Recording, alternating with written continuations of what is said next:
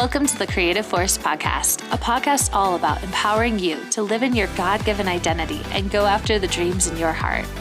I'm your host, Sharon Stark, and every week we'll be having powerful conversations that will combine practical and biblical wisdom for living your purpose. Let's get started.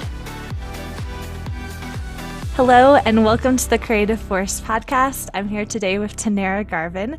Tannera was a listener favorite on season 1 of the podcast, and now she is back for season 2.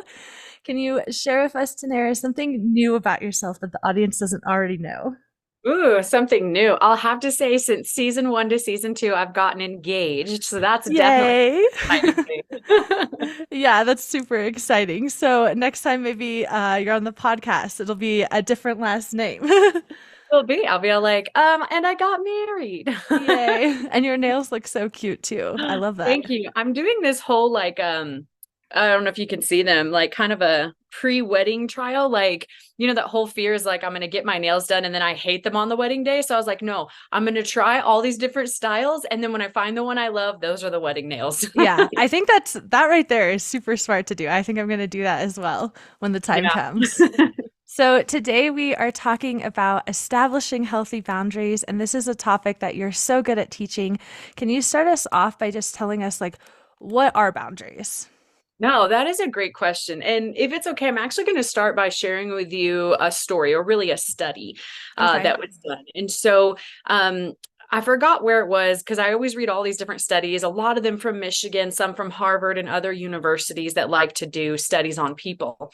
Well, they took basically several different groups of children playing at a playground.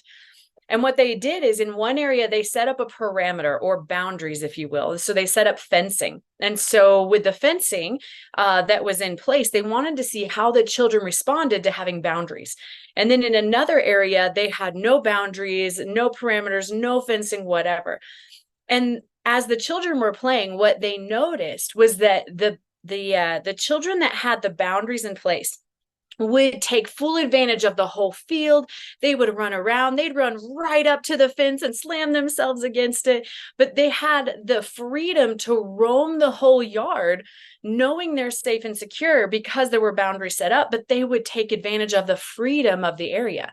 But then the study with the other school children who were playing, they noticed the children stayed very close to the jungle gym, that the children very rarely would go out and explore, see other areas, because there were no limitations. There was no area to know that's how far I can go. And so most children, therefore, didn't even venture outside of staying next to that jungle gym. So it greatly decreased their ability to experience freedom and joy and enjoying the fullness of what was available to them. And so that's the best way I can explain boundaries, is to say boundaries are put into place, one, as a self-protect, because now that we've got boundaries, we know, like, the children aren't going to go run into the street and get hit by a car. They've got safety. But because they now know that's my boundary line, they know how far they can run. They know the freedom that they have because they know where the limit is. Whereas the children that did not have a limit, they did not have a boundary, because they could not tell where their limit was, they didn't experience as much freedom in their life. They didn't experience as much freedom enjoying the area they were in, right? So that's how I like to relate boundaries in our life personally. That the more I understand, okay, where is my boundary when it comes to my relationship with other people? And what is that boundary based on those different people and the different circles they are in my life? I can fully enjoy that relationship when I know where those boundaries and those limits are. But if I don't know where those are, I'm going to constantly feel like, okay, am I walking on eggshells? Am I offending them? Can I really enjoy the area, the season of life we're in our relationship, if I don't know where the limit or the boundary is placed? And so that's why I really just say, man, boundaries are a way that, one, it is a way to protect. We don't run into the street. We don't get hit by a car. We're able to put up boundaries with people to know, okay, I have an area where I know I can enjoy our relationship, and an area where I say, I don't want to step on you and I don't want to have you step on me. So let's have a clear understanding where that line is so we can fully enjoy our relationship. So I'm hopeful that helps, but really also, boundaries are not only for protection, but they're also for the freedom to enjoy the relationships that you have.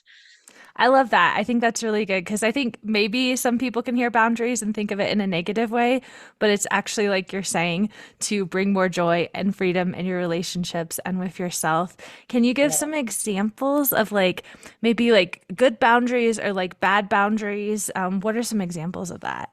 Okay, so again, knowing your boundaries is really going to come down to knowing um, the relationship you're in reference to, right? So I Hmm. have boundaries with coworkers, that's different than boundaries I have with good friends, right? Yeah. But then boundaries with my friends are different than boundaries with my family, and boundaries with my family are different with like, how can I say it? Like my internal family, like my mom, my dad, my fiance, versus when I say aunts and uncles and cousins, and you start to kind of move outwardly in this, Yeah. right? So again, first you need to know, in a sense, the relationship you want to set those boundaries with.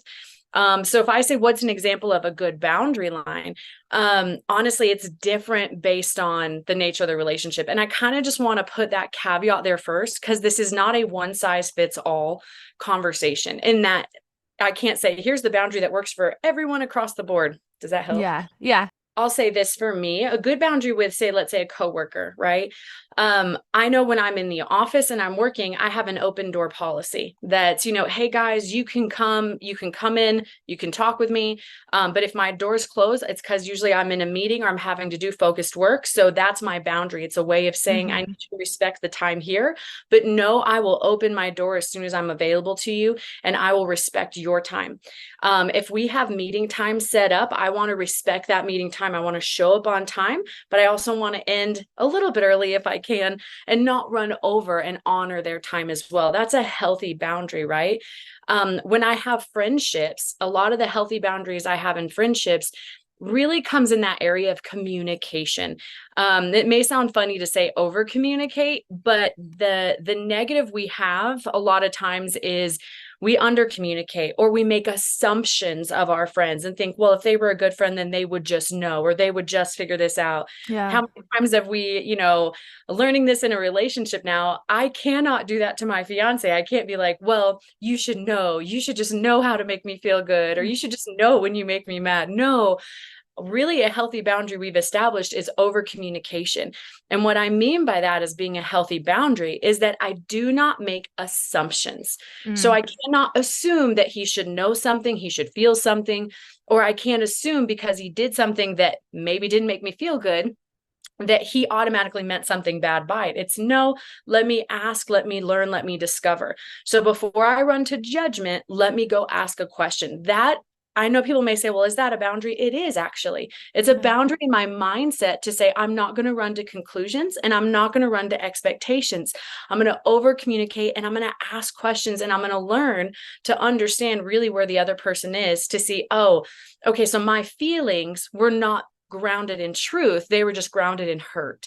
And so let's talk it through so I can know where you're really at. I will always assume the best of you. That's a boundary I've made in my mind frame, that I say I'm not going to assume the worst. If something happens that I'm like, oh, that came across wrong, it had a negative impact, let me go ask. Right. So that's a healthy boundary. And it has so much to do with our thinking and our mind frame, because you have boundaries physically, right? For self-protection. You lock your doors. There are certain things you do because you have physical boundaries of protection, but you also have to do mental boundaries of your thought process. And that's also another way to, one, protect, but also enjoy the relationships you're in. And so understanding that boundaries is not just a physical thing, or it's not just a committed, like, this is where my line is and you just need to respect it. Sometimes it's also mental and how you're thinking, but it's also communication. And let's find out if the expectation you have of your friend, is it realistic to them? That's the Mm. communication piece, right? I don't get to lay down the law and say, well, I want this and that's my boundary. I have to communicate and ask and say, hey, this is what I'm expecting from our friendship or from our relationship. Is that reasonable? And they may come back and say, yeah, I can do that for you. Or they may come back and say, I don't think that's a realistic expectation. I can't do that for you. Had a lot of those with my fiance lately, right? Where we're working out, trying to figure out moving together in life, and having so many conversations around, is my expectation of what our relationship is or where it's going, is it realistic, right? Or is my expectation of this evening realistic? And sometimes it's not, but the only way to find out is to just communicate and ask. Don't make assumptions of other people. And again, that's a boundary we have to set in our mentality of how we think. So I don't know if I'm probably running all over the place. Yeah, no, that's really good. I think that's important what you hit on, like the mental boundary, because I think like a lot of times, you can think of the physical boundaries or like maybe time boundaries, but actually setting a mental boundary for yourself in the way that you interact with people is really good, and not making assumptions. Because I know that I've experienced that in friendships too, where it can be easy to make an assumption of like what that person is thinking, and you just need to ask. Right, exactly. Yeah. Can you tell us, how have you seen boundaries like transform your own life? Like when you first started learning about boundaries, like how did you start to see that transform your life when you implemented it? So that is a great question. So this is where I'm probably going to get more into the physical side of boundaries. Yeah. Surprisingly, when I started including boundaries, a lot of it for me started out learning at first how to do it physically. And what I mean by that, boundaries are meant to facilitate us accomplishing the call of God or the goals that God has established for us in that year, right? So they really have to be reevaluated every year or every quarter, because as the Lord directs, your boundaries are a way to facilitate you accomplishing that vision, right? That call of God on your life. And so I came up with a season where God very heavily hit hard on me on my health and my finances. And I mean, it's a whole beautiful story of where he like gave me this beautiful vision of my future and was like, now to accomplish it, he's like, I need you to get your health in order and your finances in order. And I was like, great, how do I do it? Right. Yeah. So he brought some great relationships into my life and people that I could lean on and say, look, I need help. And I think the first thing when you're looking at establishing boundaries and you're kind of in that place of like, okay, I know I need these, but I don't know how to do it. I don't understand.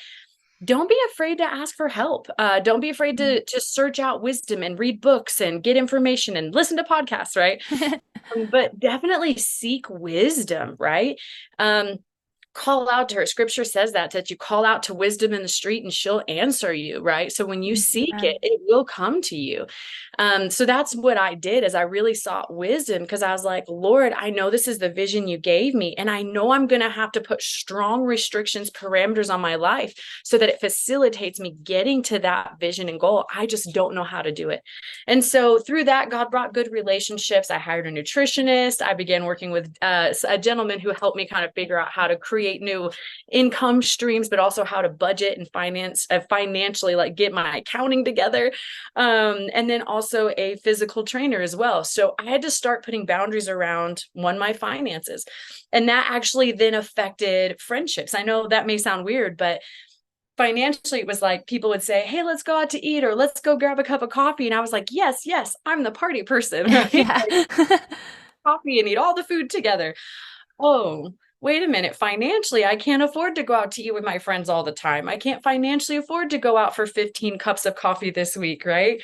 Yeah. So then how do I like, okay, no, I have to put boundaries around it. Does that mean I stop hanging out with people? No, but it may mean I start doing some things less, or I start inviting people over and say, well, hey, I can't really go out for coffee, but why don't you come over and I'll make us coffee, right? So it began to be a way of I had to change my lifestyle, because I had to place strong boundaries on my finances, but I had to do the same thing on what I ate, where then now how I shop, and then like the boundaries around how many calories I'm consuming, what calories I'm consuming, and then working out, where now I'd made a commitment to be in the gym 3 to 4 days a week. And then I had a physical trainer I met with once a week. But do you know how many times that interrupted fun things I wanted to do? Things. I had even ministry opportunities. People would say, hey, Tannera, can you come minister at our Bible study? Or, hey, Tannera, you want to come and hang out and go skydiving with us, or whatever, right? Something fun. And I want to do it. But at the end of the day, the thing I don't necessarily want to do, but the boundary I had to have in place was, no, I made a commitment to the Lord that I was going to get my health and my finances in order. So I'm going to have to say no, because right now my boundary is I need to go to the gym and work out, or I need to make sure I meal prep Sunday night for my week. Because if I don't meal prep and I don't make that a priority and a boundary line in my life, then I'm going to make bad decisions through the week. Right. This is what happens when there's no food in the fridge. Yeah. Hello, I'm going to make bad food decisions that now I'm off course to what God has spoken. Right. So again, even though the boundaries can be self-protect and freedom, their whole purpose in being there is so that I can get to accomplishing what God has put on my heart to accomplish. But it doesn't always mean that the process of getting there is fun, or that the boundaries are always joyful, happy boundaries you want to put in place. But you need to put them in place so you can accomplish what God has said. So when I started out doing boundaries, it was very much physical, but then it bled into like, okay, I've got to work on my mentality, because now I feel like I'm offending my friends because I'm saying no all the time. And then I feel like I never get to have fun. So how do I balance that? Right. And then how do I then communicate with friends? Because I had some friends that had such a high demand on my time, that it was that place of, okay, well, now I've got to figure out what's my boundary line with my friends. Because some of them I would have to say, okay, I'm going to have a real conversation now about boundaries so they can understand, yes, I love them, but the time you're expecting of me, right? Expectations is not realistic. Because I have goals that God has told me to focus on this year, I cannot give you the amount of time that you're expecting of me, right? Or I can't give you the attention that you're expecting of me. And sometimes that went over well and people could understand it. Sometimes people got mad and offended, and I've lost friends over it. But at the end of the day, I'm responsible to what the Lord has spoken, and ensuring that I'm walking towards accomplishing that. So that's really good. I like how you're explaining that the boundaries actually help you facilitate your vision. And I don't even know if I've necessarily thought about it in that way. So how would somebody, if they want to establish boundaries in their life and they maybe don't even know what their boundaries are, what would you suggest for a person to go about figuring that out? Oh, that's so good. Okay. So there's two signs whenever I notice I have a crossed boundary line. Okay. Yeah. Thing that's very interesting. Everybody has boundaries, but not everybody realizes where those boundaries are. And I think the first thing is discover what your boundaries are and then adjust them, because you can't adjust your boundaries till first you start to realize what's really messing with you. And a lot of it's based around what you're valuing, which may need to be adjusted, or it may be correct, right? But I'll say this is like, when I begin to notice I've had a boundary line stepped on or crossed, there's two reactions that I get. One, I get that cringe factor. So you know how it is, like when you're maybe around something or somebody says something or does something, or they're like, hey, Sharon, we're so excited you're going to be in this new production. You get to work with this person, and everything in you is like, not that person, right? That cringy feeling. And you're like, why am I getting so cringy? Well, because there's a value in you that you feel like just got crossed. There's a boundary line in you that says, I really like, let's say it's somebody you're like, I don't want to have to work with them because they're always late. I know they're not going to be on time. I know, oh, wait a minute. Maybe I really have a value for respecting people's time. Wow. Yeah. Notice when this person's always showing up late, I get that, really? Where's the respect, right? Like you start to notice that cringe factor. And then sometimes it can also get to a point where then the second one I say you get is anger, where you actually get angry. And then you're like, wait, why am I so angry? Examine the emotion. Man, it's so important that we do that, because so many times we run off with a feeling and we assume because we have the emotion, the feeling, that it's justified or it's right. But you have to actually examine it and see, is it merited in truth? Is it something we can adjust? Is it something we need to have a conversation about? Or is it legitimately something that you say, okay, Lord, I need to give the emotion to you, but I do need to work out with this other person so we don't keep crossing this boundary line, right? Yeah. I've also had those moments where I've gotten angry about something and I would literally be like, why am I so mad right now? Yeah. I'd have to examine and think through the process. Okay, why am I mad that they just asked me to do this? Okay, because I feel like they're assuming or thinking of me XYZ. Well, are they really thinking that? Or am I, in my mind, just now making assumptions? Oh, okay, you know what? Maybe I should talk to them because it feels like they're expecting this of me. Like, okay, so I'll say this. Probably won't share this with my fiance, but I had an argument the other day. He knows I tell on him, where he had shared something with me. And I was like, what? Like, so we constantly had this conversation around like, if you feel like I've stepped on your air hose, right? Or you feel like I've crossed a boundary, please let me know. Well, he kept getting this cringe factor every time I would say a phrase. And I didn't understand it. I was like, I don't get why that bothers you. But we would have situations where, say, we went to a dinner party and I was like, well, it's mostly girls. You know what? I'm going to just release you. You go hang out with the one man that's here. You don't have to sit by my side the whole time. I don't want you to feel awkward, right? But it was when I would say that word, like release, or I'm going to let you, he would get this cringe feeling of like, Mhm. oh, you're going to release me. Oh, you're going to let me. And then that anger and that pride would rise up in him of all like, well, I'll show you I'm my own man. Right. Yeah, yeah. Whoa, where's this coming from? Like, there's no desire in me to say I own you. But yet that phrasing, again, it's just words, but it's the way those words impacted him, right? And so all of a sudden, here's a line for him of, no, I value freedom. And he's like, and I need to feel free in this. I'm like, absolutely. Like, it's not my mode of doing it. The motive of my heart, the intention of my heart was to say, look, I don't want you to feel stuck. I want you to feel free. So just know I don't have an expectation of you to sit with me in these moments. I'm good. Right. Yeah. So that's where we had to have a conversation to discuss intention versus impact that it was having on him, because it was crossing for him a value or a boundary line of freedom. And so then in that conversation, I was able to say, okay, I can make that change because it's literally just verbiage. Like, you understand my heart, but I get saying it this way actually crosses a line for you. So if I just say, hey, I want you to know you don't have to sit with me. You can do whatever is in your, your desire zone, right? Like, he's good with that. And so I've had to change the way I phrase some things so he can understand the intent of my heart versus it appearing or coming across like I'm stepping on a boundary line for him, if that makes sense. And I think a Yeah. lot of times in communication, this is what happens. We're usually not willing to talk out. Okay, let's talk through, like, why is it you're feeling that way? Okay, it's not my intention, but apparently I'm having that impact. Okay, I have to own that impact. But what can I change so I can get my intention across to you and make a solid impact, a good impact on you, not negative, right? I think that's really interesting about even just like your words can be a boundary to some people because there could be something that maybe someone's had a bad experience with, and you say those words and it kind of triggers that in them. And so even realizing like some people have that. And I like what you said too about the cringe factor, because I've definitely felt that. I know what you're talking about. So I know, like, okay, yeah, that was a boundary that person just crossed. And yeah. Yeah. So once you establish those boundaries, like what do you do if someone reacts negatively to you establishing that boundary? And I know, like, for me, a big one is time and like managing my time. So maybe it's like someone's asked you to do something and you're like, nope, I cannot help you with that. And what do you do if they have a bad reaction?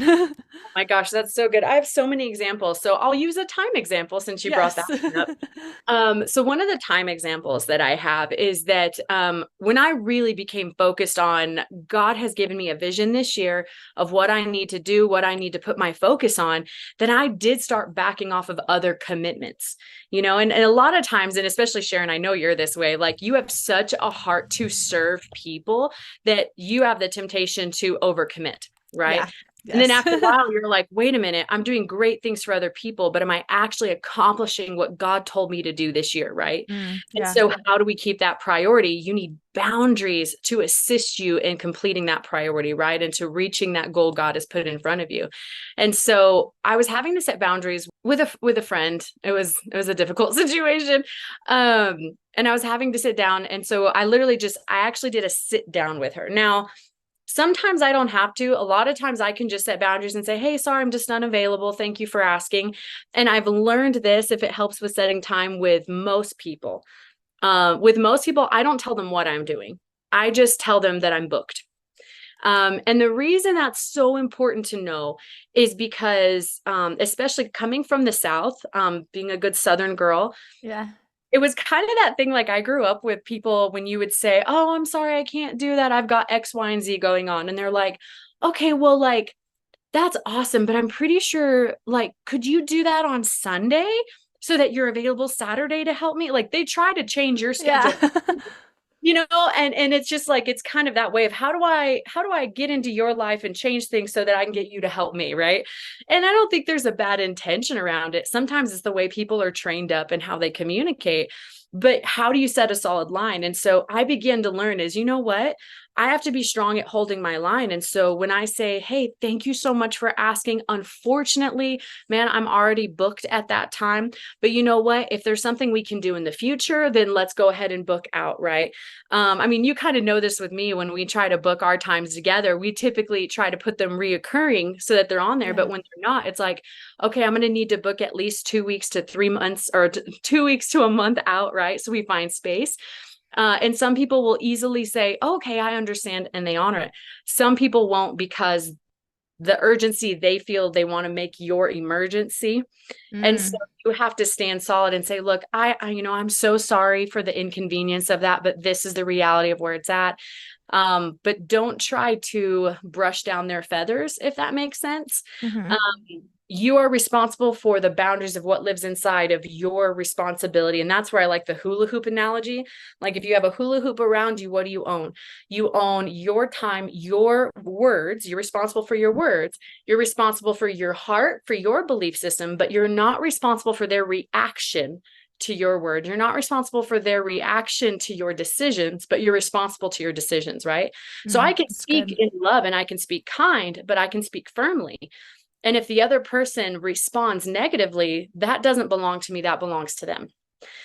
So I will say, sometimes setting boundaries, people don't respond well to. When I say I have lost a friendship over it, I have.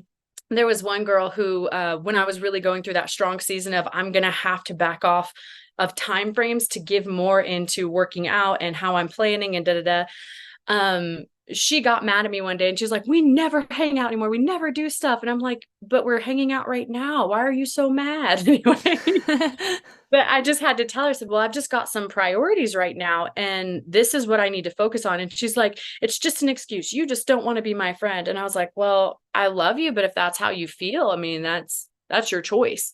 Ultimately. And it was the story she was telling herself in her head became more true to her than the truth in front of her, if that makes sense. Yeah. So it was, and that's kind of that whole place where we have to always be careful what we're choosing to believe in our mind, because a lot of times we tell ourselves a story that's not even true to reality.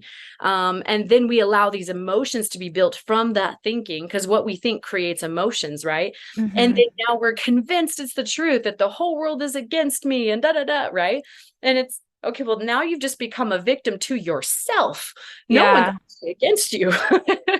And so it's kind of that place of, when you set in a boundary and someone else has a negative reaction, you are not responsible for their negative reaction. It is not your job to appease them. And, again, being a nice Southern girl, I used to be prey to being people pleaser. I had to make sure everybody was okay. And, oh, if I did that wrong and I offended them, what if they're hurt? And then I worried about their emotions. And we have to grow up to a point to say, look, I am not responsible for your emotions. I'm not going to live in the drama of your emotions. I am called to live into what God has called me to do. And that's what I'm responsible to. And if I'm going to exert my emotions on anything, it's going to be on that, not on you drama. And you can still love them. You can still hang out with people, be friends with them, but you have to also draw that line of, I'm only responsible for what's in my hula hoop. I'm not responsible for your reaction to my answer. That's powerful. That's really important to just even meditate on that and to get that truth. I really love that. And I remember, I think in conversation once you said that every yes that you make has to be defended by 1,000 no's. Is that how it goes? Phrase. Yeah. Every yes must be defended by 1,000 no's. It's my favorite phrase. I live by it. You should say no more than you say yes. Yeah. And that's so true, because what you say yes to, like, you are going to have to protect that.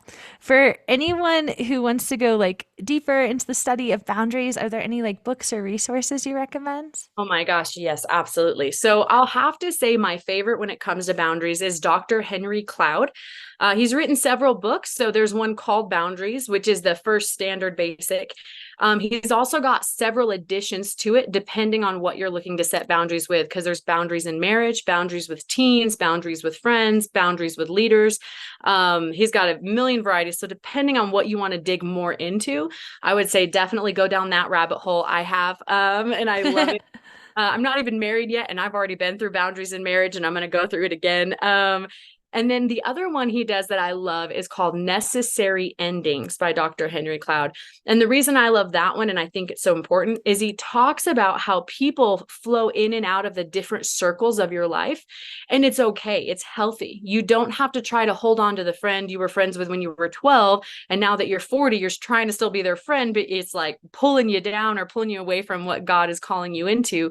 So how do you allow people the freedom and the safety to flow in and out of those different realms or circles, right, of relationship? Yeah. And then also the thing I love in Necessary Endings is some relationships or even some commitments that you make, the season is over. So how do you prune those things from your life so it can allow the new roses that God is wanting to grow in you to give them space to grow and bud? You have to cut off some things where the season is over. And so how do you do that well? He teaches that beautifully in Necessary Endings. And so that's another one I highly recommend.